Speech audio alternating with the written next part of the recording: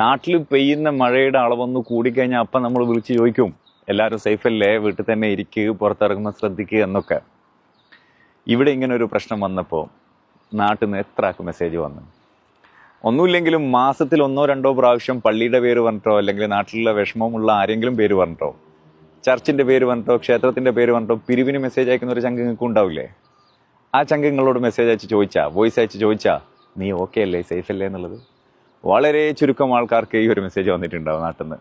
അപ്പോൾ നമ്മൾ പ്രവാസികൾ മനസ്സിലാക്കേണ്ടത്, നമ്മൾ അസൽ കറവ പശുക്കളാണ്. വീട്ടിലായാലും നാട്ടിലായാലും നമ്മളെ സഹായം അവർക്ക് ആവശ്യമാണ്. അതുകൊണ്ട് തന്നെ എന്ത് പ്രശ്നം വന്നു കഴിഞ്ഞാലും നമ്മൾ എന്ത് ചെയ്യണം? നെഞ്ച് വിരിച്ച് അതങ്ങ് ഫേസ് ചെയ്യണം, അത്രയേ ഉള്ളൂ. ഇവിടെ ഈ ഒരു പ്രശ്നത്തിൽ നമ്മൾ അധികം ബേജാറായിട്ടൊന്നും ഒരു കാര്യമില്ല. ഇന്നലെ എൻ്റെ ഒരു സുഹൃത്ത് എന്നെ വിളിച്ചിട്ട് പറയുകയാണ്, പുലർച്ചെ 1 മണി കഴിഞ്ഞിട്ട് എനിക്ക് നെഞ്ച് വേദന എടുക്കുന്നടാ ചിന്തിച്ചിട്ട്.